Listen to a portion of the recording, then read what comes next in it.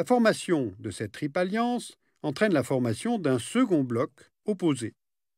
En 1907, nous voici avec la Triple Entente.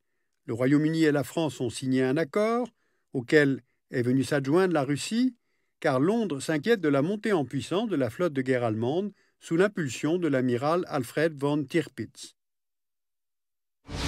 28 juin 1914, Sarajevo.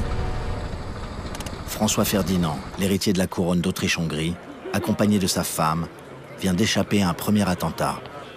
Il s'arrête à l'hôtel de ville pour protester violemment. Ce sont ici les dernières images du couple. En ressortant, un peu plus loin, ils sont tués à coups de revolver. L'assassin s'appelle Gavrilo Princip, 19 ans, militant nationaliste bosniaque. Ce sont des Serbes qui ont fourni le revolver.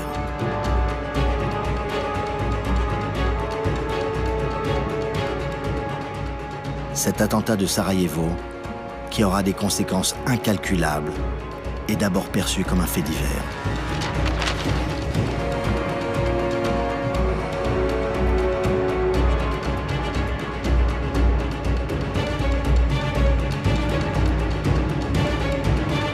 L'Empire austro-hongrois met en cause la Serbie, lui adresse un ultimatum avec l'assentiment d'Allemagne.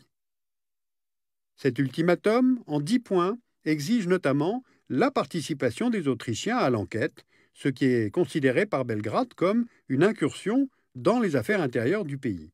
Donc les Serbes rejettent l'ultimatum. Le 28 juillet, l'Autriche-Hongrie déclare donc la guerre à la Serbie. Le 30 juillet, la Russie, alliée de la Serbie, déclare la guerre à l'Autriche-Hongrie. Le mécanisme des alliances, triple entente, triple alliance que nous avons décrit plus haut, se met alors en route. Le 1er août, l'Allemagne déclare la guerre à la Russie. La France, qui vient de perdre le pacifiste Jaurès, assassiné comme un symbole le 31 juillet par un déséquilibré, réagit en mobilisant ses troupes pour défendre la Russie. Le 3 août, l'Allemagne déclare la guerre à la France, puis envahit la Belgique, restée neutre, en application du plan Schlieffen. Eh bien, c'est un casus belli pour le Royaume-Uni, qui déclare alors la guerre à l'Allemagne le 4 août. La Première Guerre mondiale a donc commencé.